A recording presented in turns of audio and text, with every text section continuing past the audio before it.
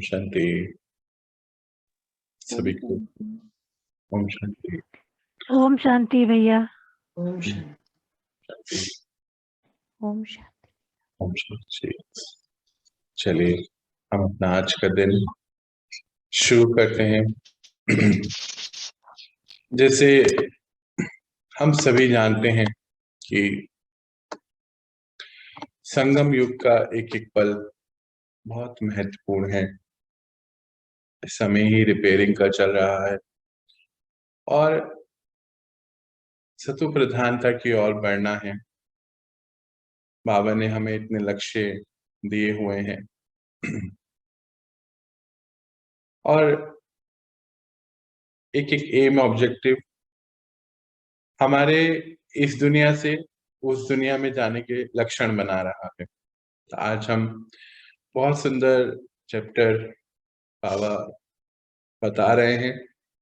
हम बहुत एक रस एक स्थिति में रहकर इसको समझेंगे, सुनेंगे। बहुत छोटा है पर बहुत महत्वपूर्ण है। तो डेट है आज की 21 जनवरी 2022 और इसका टाइटल है ईष्ट देव की विशेषताएं। हम सभी जानते हैं कि गुड मॉर्निंग। गुड मॉर्निंग जी। Good morning.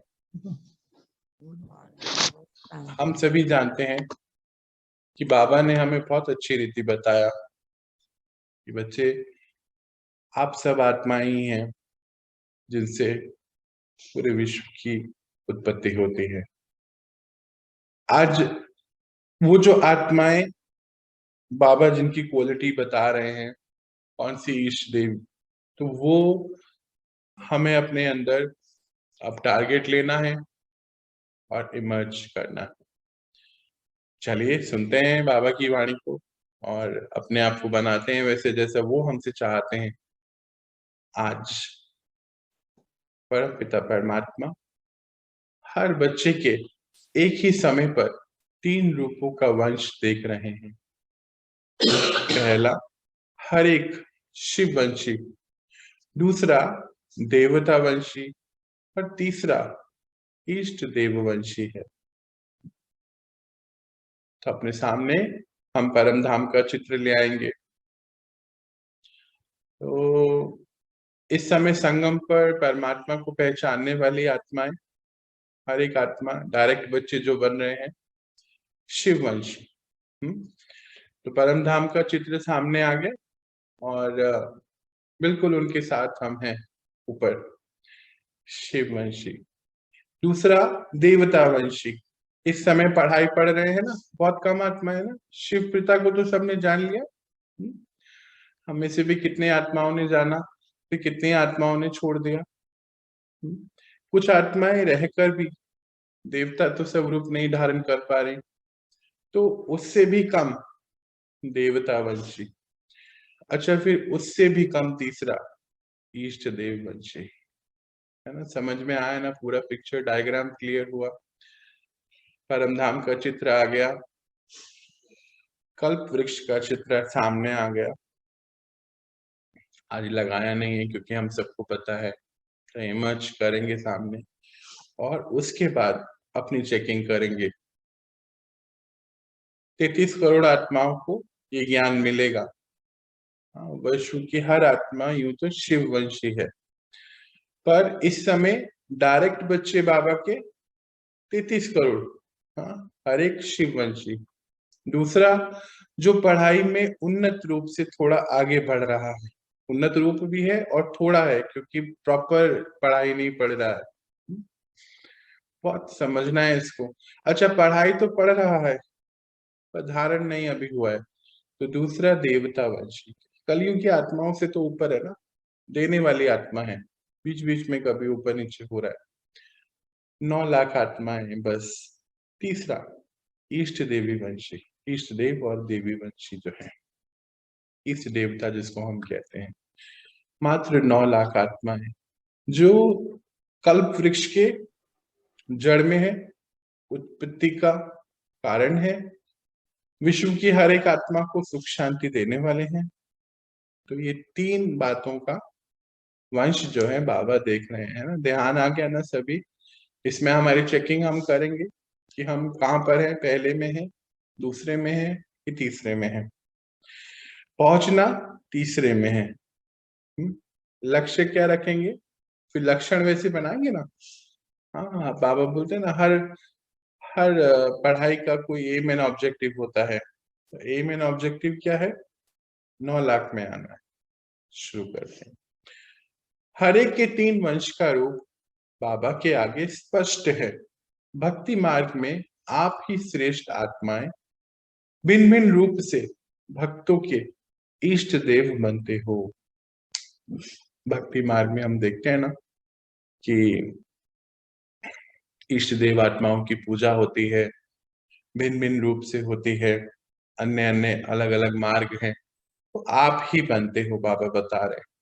इस समय भी आप सबके भक्त आप इष्ट देवों को व देवियों को पुकारते रहते हैं।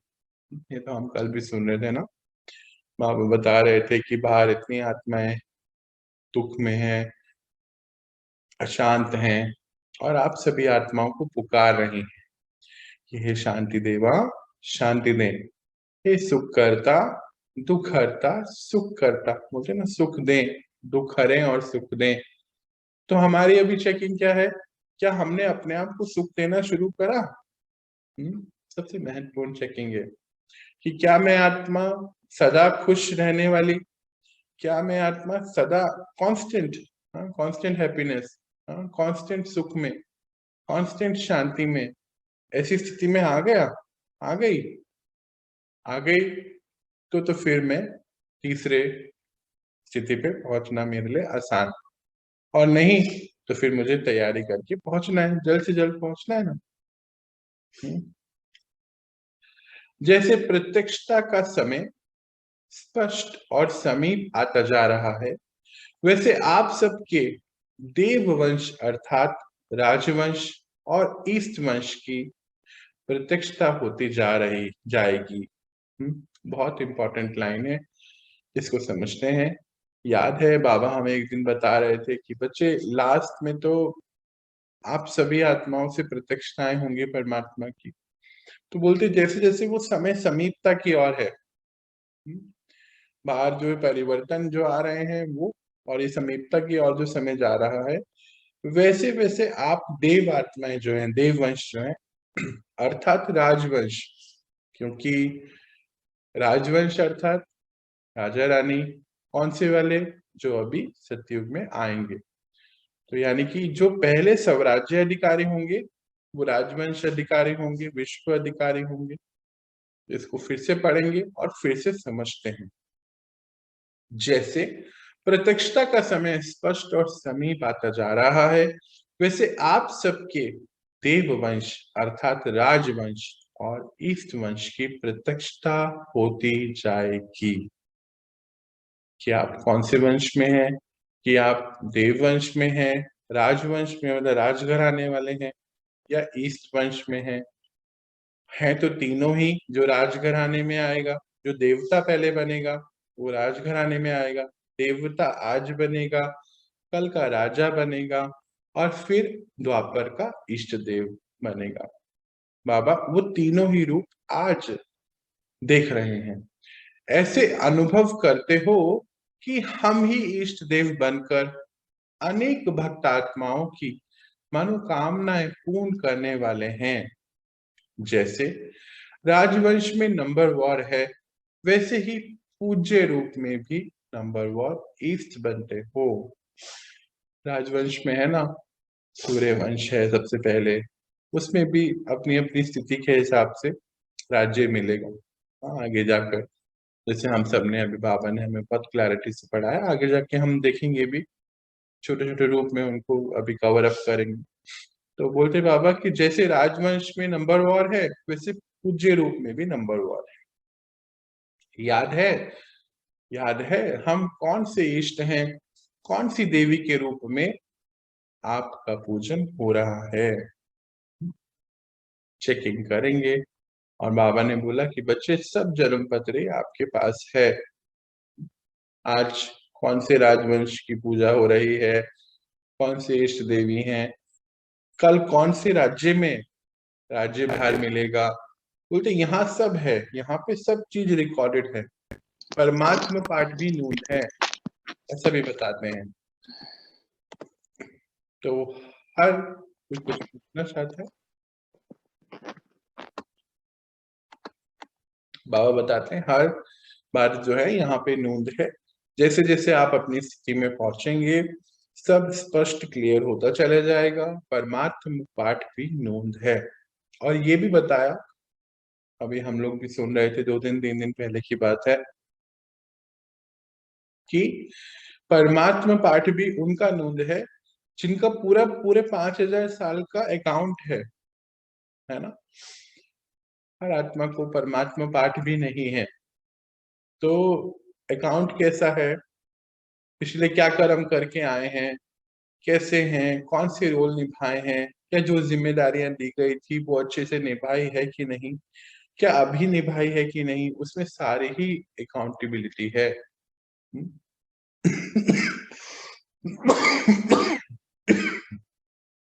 सॉरी।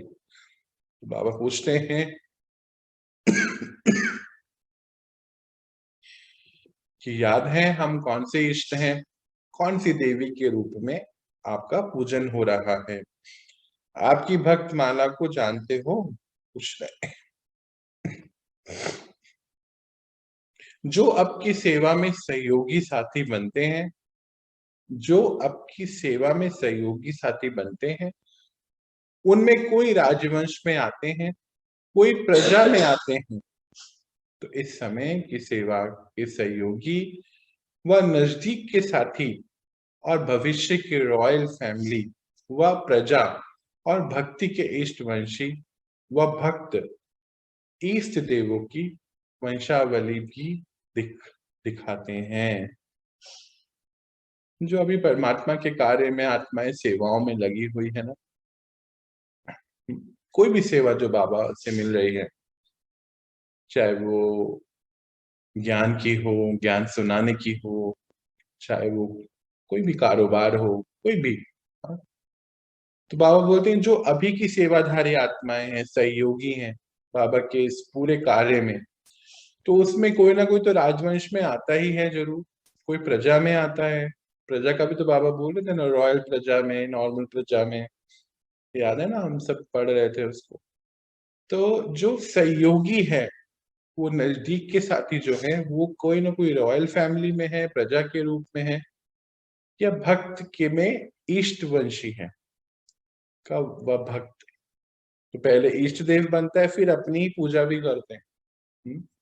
हम भी तो ऐसे ही करते हैं ना, अपनी पूजाएं कर रहे थे ना। तो ये सारी क्लैरिटी बाबा बोलते हैं कि जो सहयोगी होंगे अभी सेवा के, वो वहां जाएंगे। सहयोगी में भी क्या है कि कौन अपनी सेवा नंबर वार, उसमें भी नंबर वार है ना, किसको कितने अच्छी से कर रहा है, किसकी स्थिति कैसी है। मान लीजिए सेवा ही है कि खाना बनाना है, पर मेरी स्थिति कैसी है।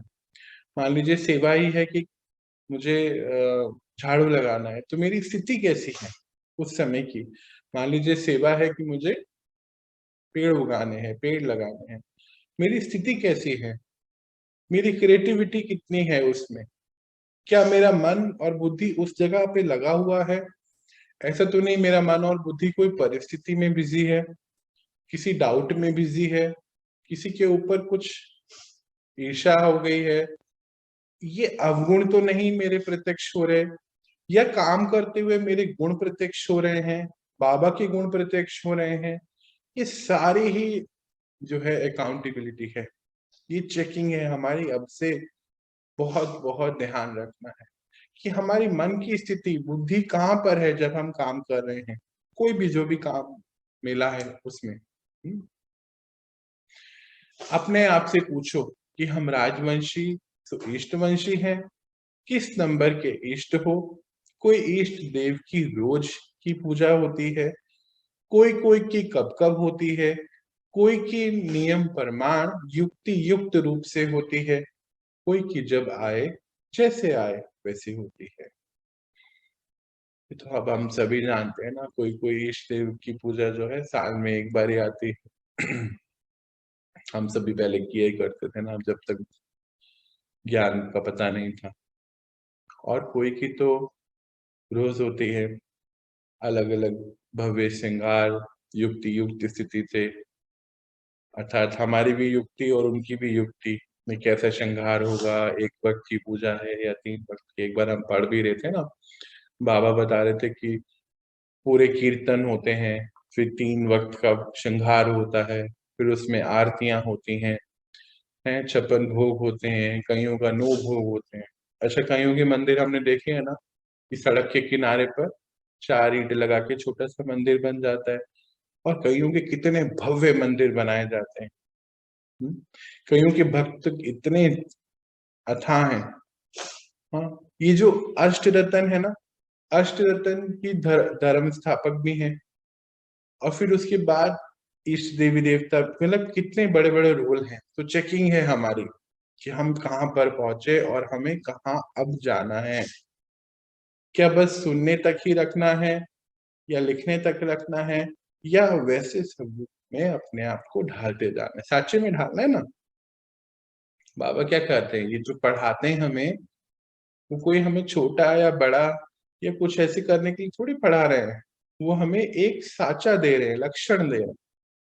उस लक्षण को हम ले रहे हैं कि नहीं ले रहे, ये हमारे ऊपर है। कहीं हमारी बुद्धि किसी पुरानी बात में तो नहीं है। अच्छा, कहीं कहीं आत्माएं तो भगवान के ऊपर भी विश्वास, क्या भगवान के ऊपर भी डाउट करती हैं। तो फिर अगर भगवान के ऊपर डाउट है तो ये पढ़ाई में हम आगे वैसे भी नहीं बढ़ सकते, है ना। तो हर बात पे हमारी आज चेकिंग है, और चेक करके चेंज करते चले जाना है कि हम क्या कर रहे हैं, क्या ये राइट है कि नहीं। किसी अटैचमेंट्स में पुरानी किसी परिस्थिति से तो नहीं अटैच है, बुद्धि कहीं पुरानी किसी बातों से तो अटैच नहीं है, और फिर हम ये पढ़ाई पढ़ रहे हैं तो भी ठीक नहीं होगा। तो हर बात को शिफ्ट करेंगे आज। लक्षण बनाएंगे, अपना लक्ष्य बनाएंगे, और वैसे ही लक्ष्य में बनाएंगे तभी लक्ष्य को अचीव कर पाएंगे। कोई की बड़े धूमधाम से वैरायटी वैभव से पूजन होता है, और कोई की कभी कभी धूमधाम से होता है। ये तो हम जानते हैं ना। कोई की भक्तमाला बहुत बड़ी होती है, अनगिनत संख्या के भक्त होते हैं, और कोई के बहुत थोड़े से भक्त होते हैं। लेकिन ब्राह्मण वंशी, है ना, अंडरलाइन करेंगे, ब्राह्मण वो हाई वाइब्रेशन वाली आत्मा जिसने परमात्मा को समझ लिया, जिसने अपने सत्य स्वरूप को समझा, जिसने जो नहीं दिखता उसकी श्रीमत पे चलना शुरू कर दिया। अच्छा, श्रीमत में भी हम अपनी मनमत भी तो कई बार डालते हैं ना। हमें जो पसंद है वो मान लेते हैं, और जो नहीं पसंद उसको छोड़ देते हैं। तो फिर वो भी चेकिंग करें, तो क्या हम उस लायक हैं। हम नहीं बन पाएंगे, हम बहुत पीछे रह जाएंगे। श्रीमत का अर्थ ही होता है कि बाबा को 100% फॉलो करना जो वो कह रहे हैं। तो हमारी आज चेकिंग है पूरी पूरी।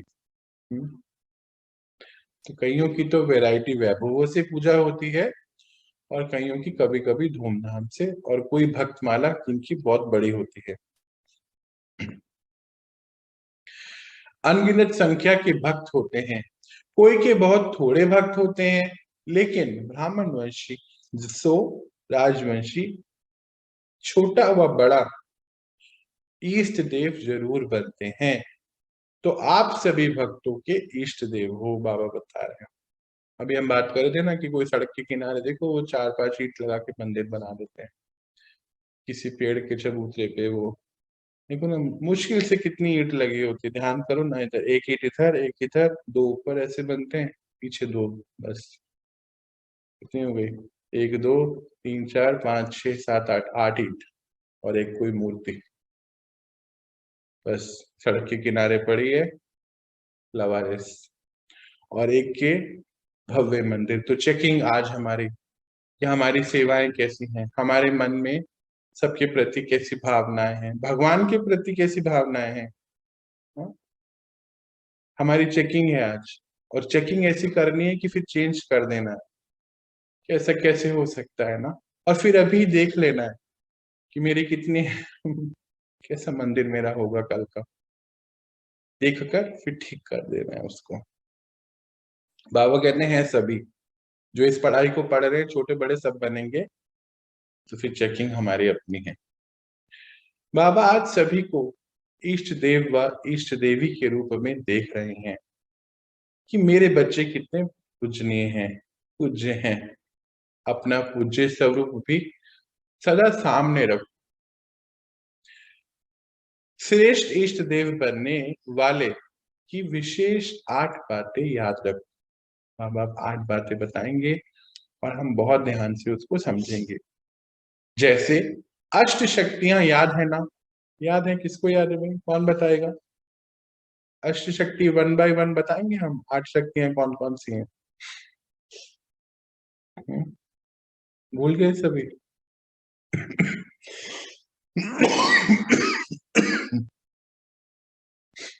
हाँ जी, पहली शक्ति कौन सी है? कौन बताएगा?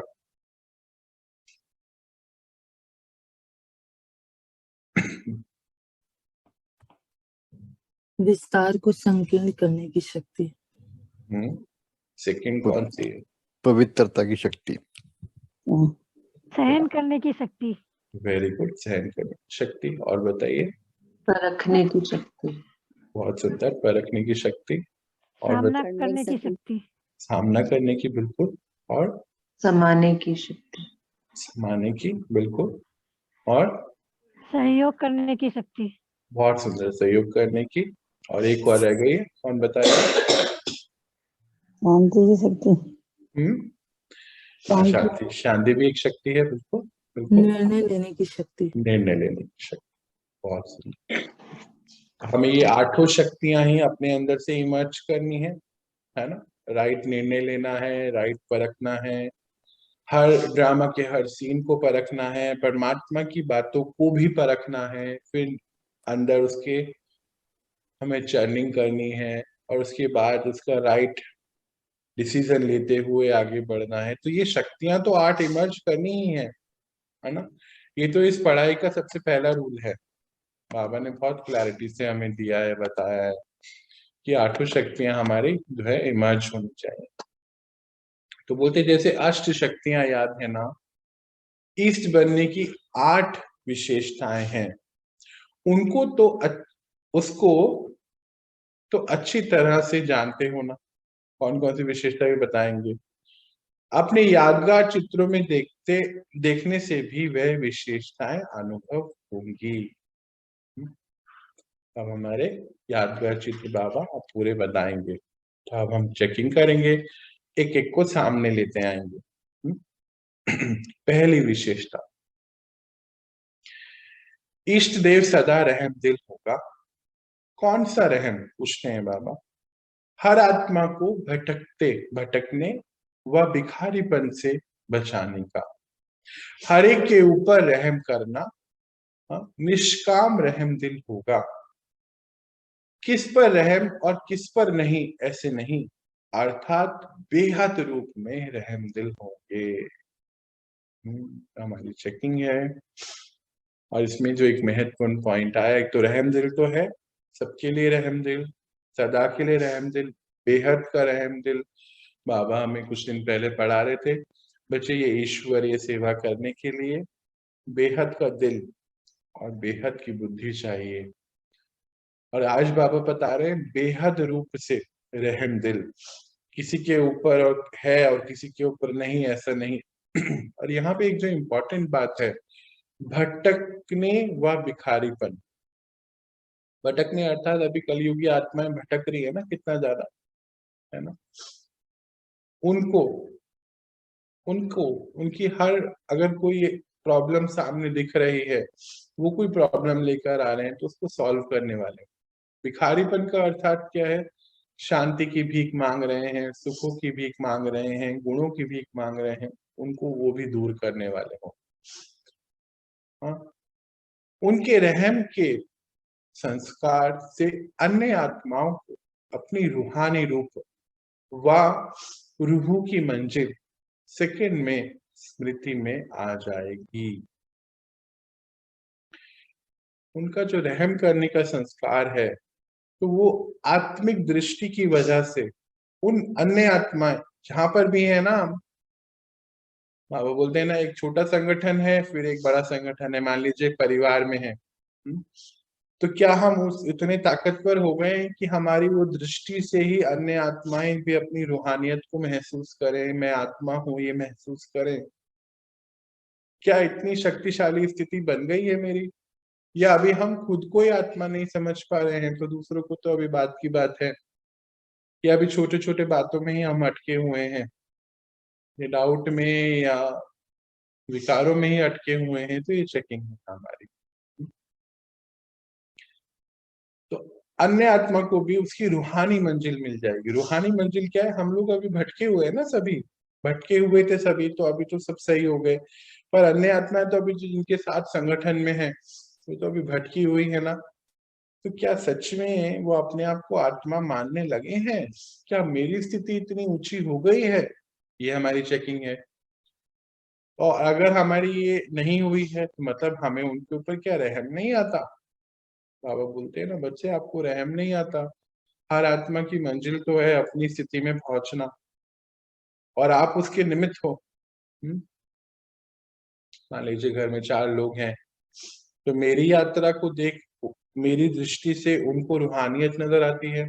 क्या उनको उनकी मंजिल नजर आती है? कि अरे ये तो कितने सुख में रहते हैं, इतनी शांति में कैसे हो गए हैं, इतनी शक्तिशाली स्थिति कैसी बन गई है इनकी, हमें भी कुछ ऐसा करना चाहिए, ये क्या कर रहे हैं? ये अभी दिन भर सारे काम करते हैं, फिर सुबह भी उठते हैं, मेडिटेशन भी कर रहे हैं, क्लास भी कर रहे हैं, और दिन भर बहुत खुश रहते हैं, हर परिस्थिति को इतने इजीली फेस कर लेते हैं। ये ऐसा क्या कर रहे हैं? बाहर की परिस्थितियां तो इतनी खराब हैं, पर इनकी अंदर की स्थिति तो इतनी मजबूत है। ये है सामने वाली आत्मा को उसकी स्थिति तक पहुंचाने का मौका। तो क्या हमारे साथ ऐसा हो रहा है? चेकिंग करें। या हमें देख के दूसरे भी परमात्मा का ये ज्ञान सुनना नहीं चाहते? कई बार होता है ना, हम 50 साल से 10 साल से ध्यान कर रहे हैं, पर हमारी आदतों में कोई फर्क नहीं है। हम 4, 5, 6 महीने 2 साल से क्लास कर रहे हैं, पर वैसे ही है, रोना धोना नाटक करना, एक दूसरे के प्रति स्नेह नहीं होना, और उल्टा और ही गलत भावनाएं रखना। तो क्या हमें देखकर किसी को किसी की मंजिल मिल सकती है क्या? चेकिंग करेंगे हम, और चेकिंग करेंगे और इसको अभी चेंज करेंगे, क्योंकि हम निमित्त हैं। बाबा बोलते हैं तो पाप के भागीदार बन जाएंगे आप। हाँ, तो चेकिंग करें कि हमारी वाइब्रेशन क्या सच्ची में ऊंची हो गई है, और नहीं तो अभी के अभी चेक करके चेंज करना है। ऐसा ना हो कि सच में हमें इतना पाप लग जाए, बोझा नहीं होना चाहिए हमारे, तो आगे का भाग्य ही खराब हो जाएगा ना। फिर नहीं करना है ना ऐसा, हम तो निमित्त बनेंगे ना। अच्छा बोलो, निमित्त बनेंगे नहीं बनेंगे? कोई एक आत्मा को तो मंजिल पे लेके चल सकते हैं ना। अगर हर एक आत्मा, मुझे नहीं पता अभी सामने कितने हैं मेरे, मान लीजिए अगर 5 हैं, और हमें देख के अगले 5 भी अपनी मंजिल तक पहुंचे, तो कितनी दुआएं नहीं मिलेंगी? बताइए। बिल्कुल बिल्कुल। ये तो कहीं दूसरा सोचेगा, पता नहीं क्या ये सारे दिन क्लास तो करते हैं, पर हरकतें तो इनकी वैसी की वैसी ही है, नाटक तो पूरा ही है, गुस्सा भी पूरा ही है, लेकिन जो पहले का आदतें हैं वो पूरी हैं, कोई परिवर्तन नहीं है। इससे बेहतर है तो हम ऐसे ही सही हैं। एक बारी बाबा, भी कुछ दिन पहले की बात है, बाबा हमें बोल रहे थे कि शिव बाबा के बच्चे ऐसे थोड़ी होते हैं, ये तो कलयुगी आत्मा सोचेंगे कि हम तो कलयुग में ही सही हैं, अगर भगवान के बच्चे भी ऐसे हैं तो। वाकई में ये बात बहुत सोचने वाली है। अंदर ये मेरे इतना चल रहा था ये बात कि हम क्या कर रहे हैं, हमारी चेकिंग है कि इतना भाग्य मिलकर भी हम अपना भाग्य क्यों नहीं बना रहे? क्या बात हो गई है ऐसी? क्या हम अपने बुराइयों से छोड़ना ही नहीं चाहते हैं क्या उसको? भगवान के ऊपर भी डाउट करते हैं, शर्म भी नहीं आती है क्या? चेकिंग करके तुरंत चेंज करें। उन्हीं के दिखाए रास्ते पे चल के उन्हीं पे डाउट, कमाल है ये भी बात। तो उसके रहम के संस्कार से अन्य आत्माओं को अपनी रूहानी रूप, वह रूह की मंजिल सेकंड में स्मृति में आ जाएगी। तो आज हमारा लक्ष्य क्या है कि हमारी रूहानी यात्रा देख कोई एक आत्मा अपने मंजिल पे जरूर पहुंचे, फिर एक के बाद एक दूसरे को हम बाद में देखें, पहले एक, है ना। कहना कुछ नहीं है, हमारी स्थिति से ही सेवा होगी, बाबा बोलते हैं ना। उनके रहम के संस्कार से भिखारी को सर्व खजानों की झलक दिखाई देगी। भटकती हुई आत्माओं को मुक्ति व जीवन मुक्ति का किनारा व मंजिल सामने दिखाई देगी। ऐसे रहमदिल होगा। भटक रही है ना आज आत्माएं, आज देखो ना बाहर की दुनिया में कितनी भटक रही है, भाग रहे हैं बस। तो दाता की स्थिति में नहीं है ना, मांगने की स्थिति में ना, लेवता की स्थिति में ना। हम कौन है? देवी देवता है। तो क्या हम उनको ऐसा दे पा रहे हैं? ये झलक उनको खजानों की दिख रही है हमारे अंदर से? आज हमारी ये डीप चेकिंग है दिन भर की। दूसरी बात, ईश देव आत्माएं सदैव सर्व के दुख हरता सुख करता का पाठ बजाएंगी।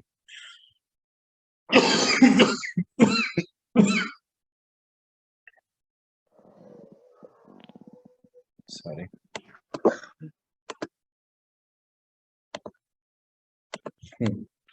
तो क्या बोल रहे बाबा यहाँ पर? ईष्ट देव आत्मा सर्व सर्व के दुख हरता सुख करता का पाठ बजाएंगी। यानी कि अपना तो जो है वो है ही, अपने लिए तो दुख हरता ही हर लिया उन्होंने, अब अन्य आत्माओं को भी सहारा देके आगे बढ़ाने वाले की। दूसरों का दुख अपने दुख के सामने, अपने दुख के समान समझ सहन नहीं कर सकेंगी। मतलब कि जो दूसरे आत्मा अगर दुख में है, तो जैसे अपना दुख होता है ना, उसको हम सहन करते हैं ना, उसको हम ठीक करते हैं ना, उसके समान ही दूसरे को भी समझेंगे। दुख को भुलाने की व दुखी को सुखी करने की युक्ति व साधन सदा उसके पास जादू की चाबी के माफिक होगा। जो अन्य आत्मा है दुखी है, तो उसको ऐसी स्थिति में, क्योंकि इतनी हाई वाइब्रेशन है उस आत्मा की कि जादू जैसा ही है ना, तो उसको दूसरे को सुख करने की शक्ति, सुख में लाने की शक्ति बहुत होगी। तीसरा, सदा संकल्प बोल और कर्म में क्या होगा? प्योरिटी की पर्सनैलिटी दिखाई देगी। प्योरिटी, संकल्पों में सबके प्रति प्योरिटी, सतो प्रधानता, पढ़ रहे थे ना, सतो प्रधानता में सबके प्रति। अगर किसी के भी प्रति हमारे मन में कुछ गलत भावनाएं हैं, या अपने लिए गलत भावनाएं हैं, या परिस्थिति के लिए है, भगवान के लिए है, या कुछ भी ऐसा है, तो मतलब पवित्रता नहीं है। बाबा तो बोल रहे प्योरिटी की पर्सनैलिटी दिखाई देगी हर एक आत्मा के प्रति। प्योर संकल्प, अशुद्ध भावना नहीं किसी के प्रति भी। याद है बाबा क्या बता रहे थे? किसी के रोल को भी देख के नहीं होना है ऐसा। हम क्या करते कि अरे उसको तो इतना कुछ प्राप्त है, हमें नहीं है, तो हमने उसके रोल को देख के हमने अपने अंदर गलत भावना पैदा कर ली। तो अगर गलत भावना पैदा कर ली तो फिर हम इस लिस्ट से हट जाएंगे। तो हमारी आज चेकिंग है, हर आत्मा प्रति सदा संकल्प बोल और कर्म में प्योरिटी की पर्सनैलिटी दिखाई देगी। चौथी बात, सदा स्वभाव में संस्कार में चलने में सिंपल लेकिन श्रेष्ठ दिखाई देगा। बहुत सिंपल होंगे, स्वभाव में भी बहुत सिंपल होंगे, संस्कार में भी सिंपल होंगे, पर श्रेष्ठ दिखाई देंगे। चौथी बात है। आगे बढ़ते हैं। पांचवी, जैसे आपके जड़ चित्र सदा श्रृंगारे हुए दिखेंगे, दिखाए हैं, वैसे सर्व गुणों के श्रृंगार से सदा सजे सजाए नजर आएंगे, कोई एक गुण रूपी श्रृंगार भी कम नहीं होगा। याद है मामा हमें पढ़ा रहे थे कुछ दिन पहले कि हम आत्माओं को वो कौन से श्रृंगार रूप में देखते हैं। तो याद है वो 16 कला संपूर्ण तो अभी सारे गुण प्रत्यक्ष करने हैं ना हमें अंदर से। तो बाबा बोलते हैं कि जड़ चित्रों में कैसे सजाए हुए देखते हैं ना हम देवी देवताओं, इतने सारे आभूषण कपड़े भी कितने सुंदर दिखाते हैं, बहुत सजे हुए होते हैं। तो बोलते हैं वो सजे हुए जो श्रृंगारों में होते हैं वो क्या रिप्रेजेंट करना चाहते हैं, वो बेसिकली गुणों को रिप्रेजेंट करते हैं। तो याद है हम कुछ दिन पहले पढ़ रहे थे, सबसे पहला गुण तो पवित्रता है, फिर मधुरता, हर्षित मुक्ता। हमारी अपनी चेकिंग चलती रहेगी कि हम कितने परसेंटेज पवित्रता में आ गए हैं, हर एक आत्मा के प्रति, ड्रामा के प्रति, हर सीन के प्रति हमारे अंदर क्या है, पवित्रता आई कि नहीं, मधुरता, फिर हर्षित मुक्ता, कितनी खुशी है हमें अंदर से, है ना। पहले तो ये ईश्वरीय ज्ञान को पढ़ना और इसमें आना एक बहुत खुशी की बात है, अंदर से कितने हल्के होते जाएंगे ना। संतुष्टता, क्या संतुष्ट हो गए हैं, परोपकारी स्थिति में पहुंच गए हैं, सबके ऊपर उपकार करने वाली स्थिति है हमारी अभी। नियमितता, नियम प्रमाण चलते हैं या अभी इधर उधर हो जाते हैं। कई आत्माएं तो नियम को भूल जाती हैं, खुद का नियम बना के नियम को भूलते हैं। इसको भी हम चेकिंग करेंगे ना, ऐसा नहीं करना है। उदारता, नम्रता, कितने गुण में हमने कितने धारण करे हैं। प्रेम, हर एक आत्मा के प्रति स्नेह, है ना। आज स्नेह की तो कितनी कमी हो गई, थोड़े दिन पहले बाबा बता रहे थे कैसे पत्थर समान होते जा रहे हैं अंदर से ना। स्नेह से ही हम अपने आप को ठीक, बाबा का स्नेह है ना हमारे प्रति, तो देखो कैसे परिवर्तन आ रहा है हमारे अंदर। क्षमाशीलता, क्षमा करने का गुण, शुभ भावनाएं, सबके प्रति शुभ भावना, सहनशीलता, ईमानदारी, लॉयल्टी, परमात्मा के प्रति, ड्रामा के प्रति, अपने रोल के प्रति, आज्ञाकारी, भगवान की दी गई इंस्ट्रक्शंस पे, श्रीमत पे, आज्ञा अनुसार, आज्ञा प्रमाण चलने वाली रमणीकता, सुंदर सुंदर रीति से अपने पुरुषार्थ को करने वाला, डिफरेंट और उत्साह में, और धैर्यता। तो हमारी चेकिंग है कि हमारे ये गुण कहाँ तक इमर्ज हो गए, कितने परसेंट इमर्ज हुए, और फिर हम इसको बढ़ाएंगे, बढ़ाते चलेंगे ना। अभी धीरे धीरे अभी एक एक गुण पे काम करना शुरू हो गया ना, जैसे खुशी के ऊपर, सत्व प्रधानता के ऊपर, सुख के ऊपर काम शुरू हो गए ना, टारगेट्स मिलते जा रहे हैं ना। ये सभी इसी से तो उभरेंगे, इमर्ज होंगे ना, बाहर से थोड़ी आएंगे, अंदर से इमर्ज होंगे। तो इससे सजे हुए चाहिए बाबा को सभी बच्चे, हर एक आत्मा, हर एक आत्मा इन 16 श्रृंगार बोलते हैं ना, 16 श्रृंगार से सजी हुई होनी चाहिए। हम टारगेट भी लेंगे और करेंगे। छठी बात आ गई, ऐसे इष्ट आत्मा के फीचर सदा स्वयं भी कमल समान होंगे और दूसरों को भी कमल समान न्यारा और प्यारा बना देंगे। मतलब उपराम है ना सभी परिस्थितियों से। कमल क्या होता है, कीचड़ में उगता है, तो कलयुग तो कीचड़ बोलते हैं बाबा। तो उसमें कमल के समान अर्थात डिटैच, बिल्कुल हर परिस्थिति से डिटैच, हर आत्मा से डिटैच, डिटैच है ये बिल्कुल। तो खुद भी वैसे होंगे और अन्य आत्माओं को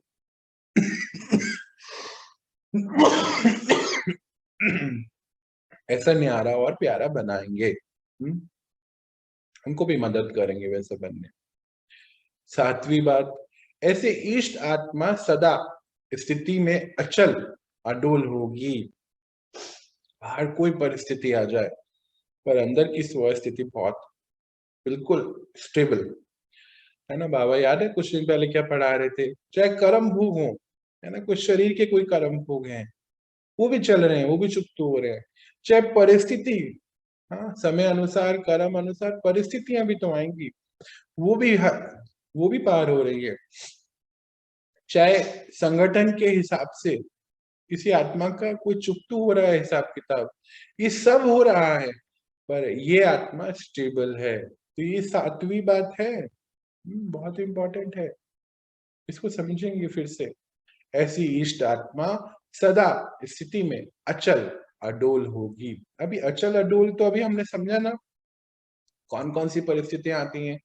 एक तो शरीर के कर्म भोग आने हैं, वो चुकतू होने हैं, है ना। बाबा बता रहे थे अभी कुछ दिन पहले, शरीर के 2 दिन पहले की बात है, कि बच्चे सारे हिसाब किताब तो यही खत्म करके जाने हैं ना, शरीर की भोगनाएं आएंगी ना, और आएंगी तो आप बिल्कुल वहां भाग्य करके इसको खत्म करें, लेके नहीं आगे बढ़े, तो फिर ये भी खत्म हो जाएगा। फिर किसी संगठन में किसी आत्मा के द्वारा कोई हिसाब किताब, कोई परिस्थिति कोई हिसाब किताब के रूप में आएंगी, पर स्थिति हमारी कैसी रहेगी, मालूम है कि ये सब हमारा चुप हो रहा है, तो अचल अडोल होगी।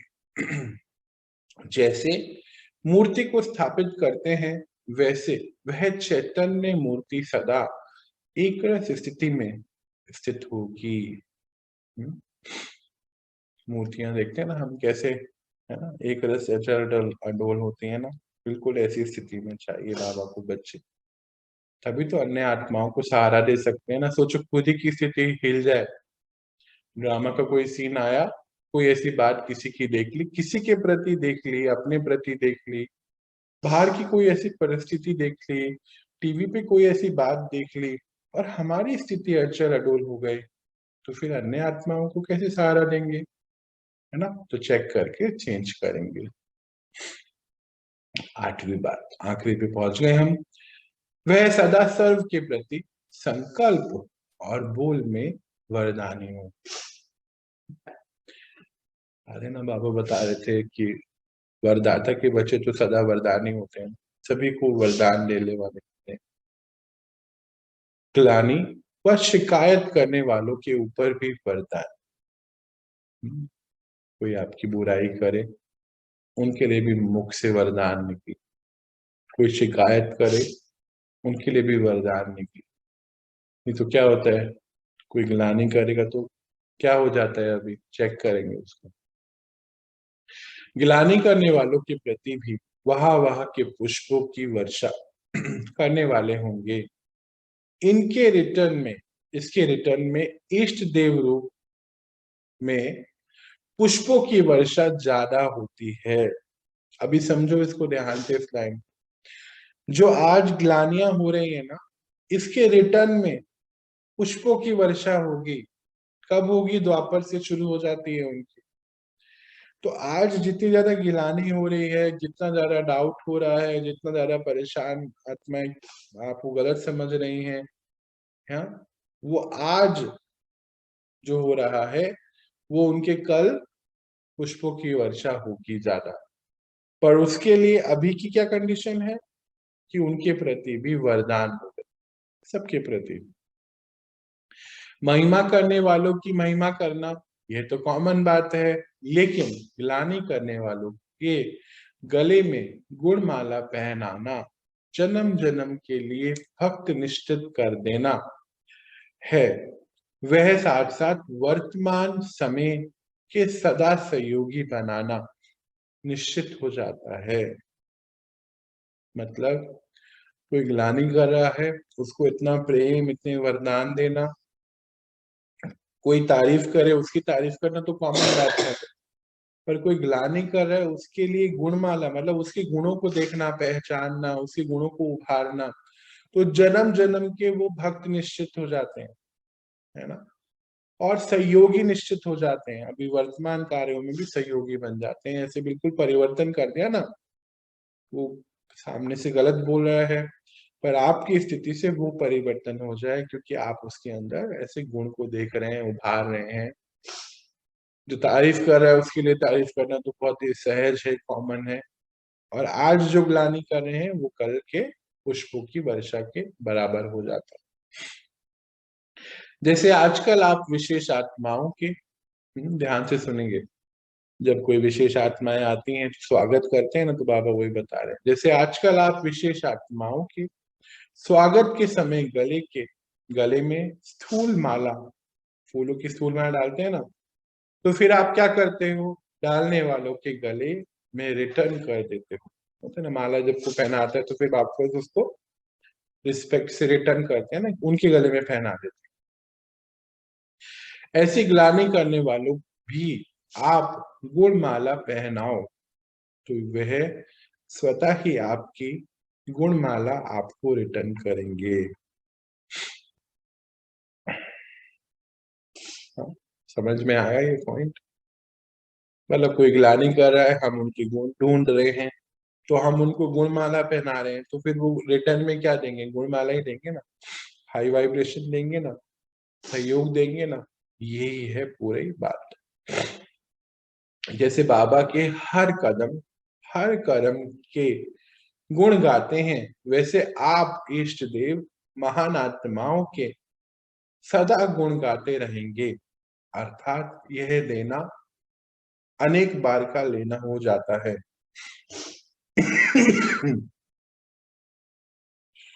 अब समझा इष्ट देव की विशेषताएं।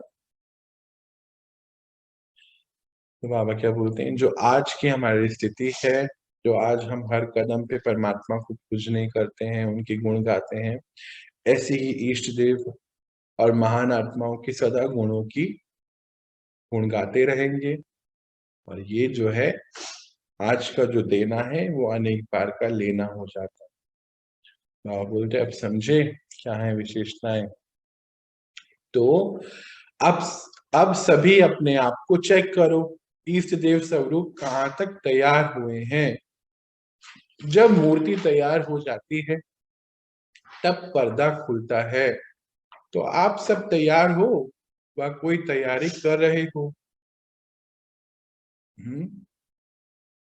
जब हम देखते हैं ना कोई मंदिर बन रहा है या कोई मूर्ति बन रही है, जब बिल्कुल तैयार हो जाती है तभी तो पर्दा हटाते हैं ना, नहीं तो उससे पहले तो उसको ढक के रखते हैं ना। तो बाबा बोलते हैं तैयार हो गए हो या अभी तैयारी बाकी है, चेक करो। चेक करके तैयार करके तभी तो पर्दा खुलेगा। आपके भक्त अधूरे साक्षात्कार में राजी नहीं थे, इसलिए अपने इष्ट देव रूप को सदा सजा सजाया हुआ रखो। समझा अब क्या करना है? समझ गए ना बाबा ने क्या पूछा है? बाबा को बोल रहे हम, बाबा हाँ समझ गए हम। बाबा ने पूछा ना, समझा अब क्या करना है? अधूरा साक्षात्कार नहीं चाहिए भक्तों को, हाँ उसमें राजी नहीं होंगे। तो फिर पूछते हैं समझा अब क्या करना है? हाँ बाबा से प्रॉमिस कि बाबा हम समझ गए हैं और अब हम तैयारियां करेंगे। तो आज का चैप्टर इतना ही है।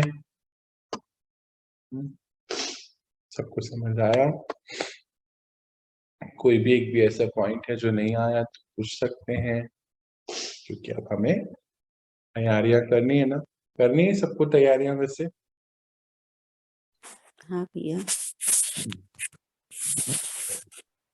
बहुत सुंदर। तो हम अपने अपने लेवल पर परमात्मा को प्रॉमिस कर देंगे और तैयारियों में जुट जाएंगे। चलिए एक छोटा सा मेडिटेशन करते हैं और फिर हम अपने इस दिन को और जो पॉइंट आज हमने समझे हैं अब उसको तैयारियों में लेकर आए। आप सभी के माइक्रोफोन में ऑफ कर रहा हूँ, स्क्रीन भी ऑफ कर रहा हूँ। हम आराम से बैठेंगे। चलिए देखिए अपने आप को,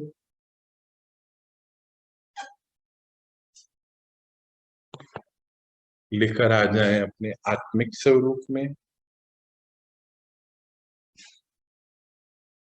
मैं आत्मा,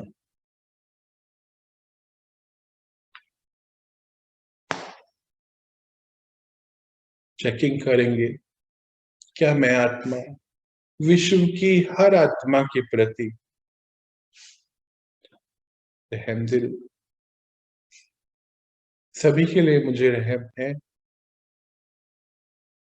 सभी को सामने ले आएंगे। अच्छा ऐसा होता है ना कि बाहर वालों के प्रति तो रहम हो जाता है, अपने जो आसपास वाले होते हैं उनके ऊपर रहम है कि नहीं, ये चेकिंग करनी है सबसे पहले।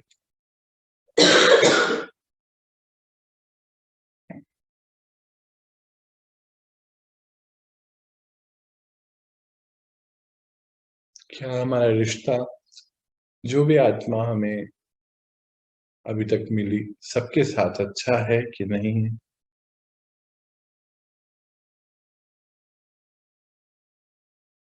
सबके प्रति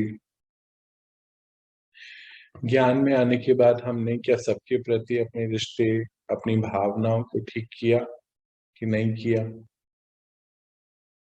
ये भी चेकिंग है।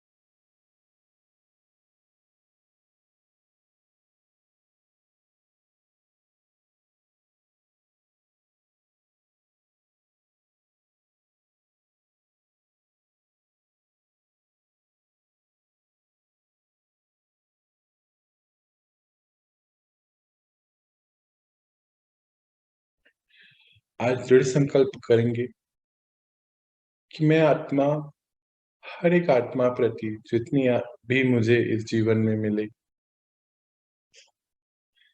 सबके लिए, और जो आगे भी कोई भी मिलेगा, सभी के लिए एक समान मेरी स्थिति, और वो है रहम दिल स्थिति।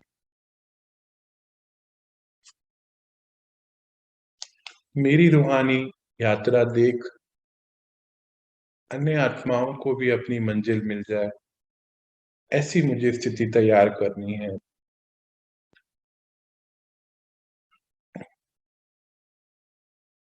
ये ज्ञान और ध्यान परमात्मा किसी को बोझा नहीं लगे,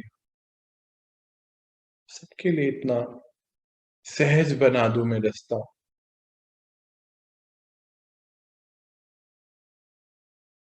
ऐसा मुझे प्रॉमिस करना है अपने आप से।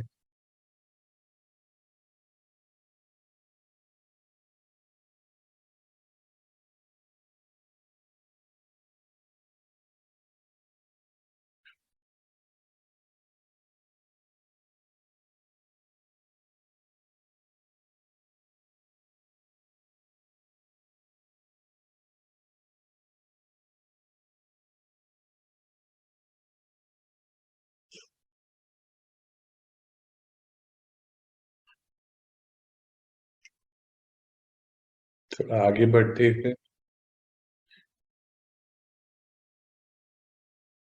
क्या मेरे चेहरा चलन, मेरे विचार मुझसे प्योरिटी की पर्सनैलिटी नजर आती है? क्या मेरी पर्सनैलिटी में प्योरिटी आ गई है? हर एक आत्मा के प्रति पवित्र संकल्प, ड्रामा के प्रति भी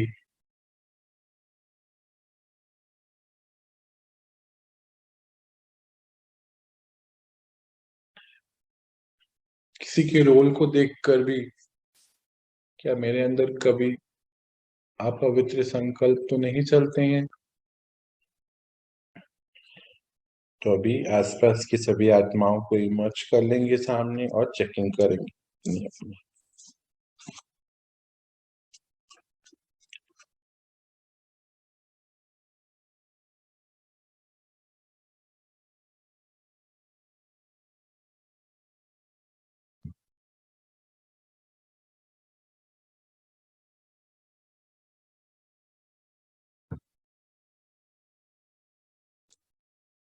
और प्रॉमिस करेंगे अपने आप से कि अब मैं आत्मा, इसको भी ठीक करना है मुझे।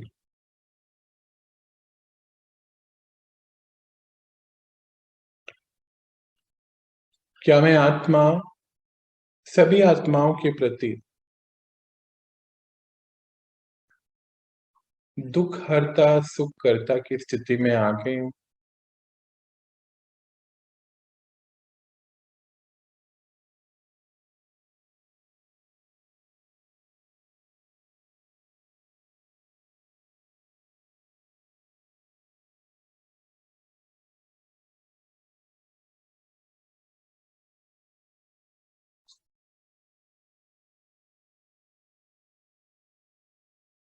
क्या सबसे पहले मैंने अपने सारे दुख हर लिए कि नहीं,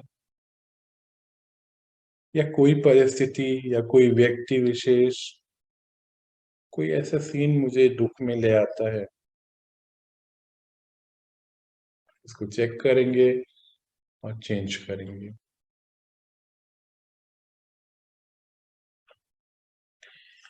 क्या मेरे संस्कार, मेरे चाल चलन स्वभाव में सिंप्लिसिटी है, सिंप्लिसिटी आ गई है, और रूहानियत, श्रेष्ठता तो रूहानियत की है ना, वो नजर आती है, तो सिंपल भी है और रूहानी श्रेष्ठता भी है। या अभी भी बाहर की ही चीजों में मेरा मन बिजी है, इसको भी चेक करेंगे और फिर हम अपने अंदर चेंज करेंगे।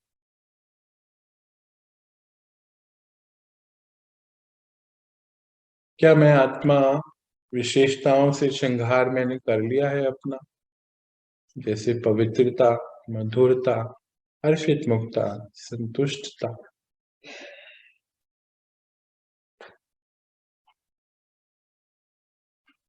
परोपकारी, सभी के लिए नियम प्रमाण, बाबा ने जो हमें नियम दिया, अमृत वेला उठना, क्लास करना, क्या इसमें मेरी नियमितता है, दिन भर के सभी कारोबार में है, उदारता सभी आत्मा के प्रति,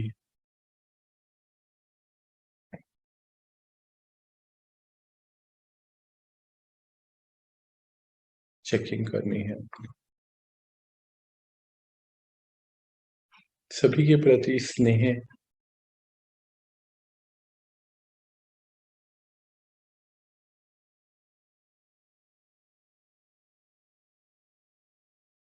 सभी के प्रति क्षमा की स्थिति, कि कोई भी परिस्थिति आ जाए कैसी भी, मैं आत्मा क्षमा कर सकूं, बड़ी से बड़ी बात को भी।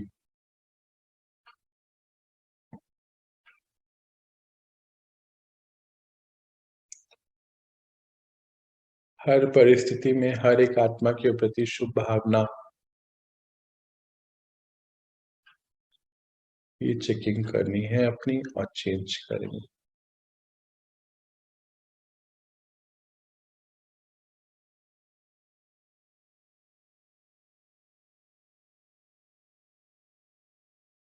थोड़ा आगे बढ़ते हुए, शरीर के कर्म भोग, परिस्थितियां, किसी आत्मा द्वारा कोई स्थिति, मेरी बाहर की कोई परिस्थिति मेरी स्थिति को तो नहीं हिलाते हैं, यानी कि स्टेबिलिटी चेकिंग करेंगे, अचल अडोल स्थिति।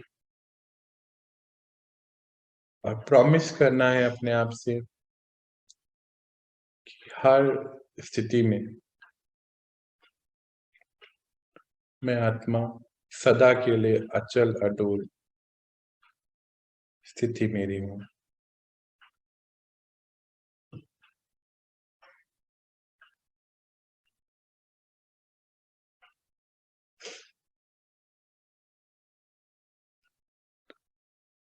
कोई कितनी भी ग्लानि करे, पर मैं आत्मा सभी के लिए अंदर से सभी के प्रति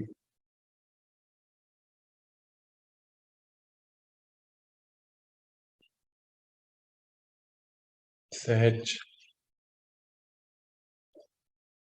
और उनकी सबकी विशेषताएं देखकर उनको उभारने के लिए मेरे कार्य हो, ऐसी स्थिति में मुझे अब अपने आप को बनाना।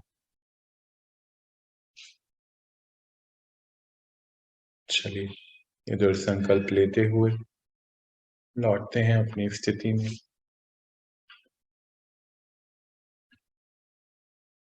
ओम शांति, ओम शांति।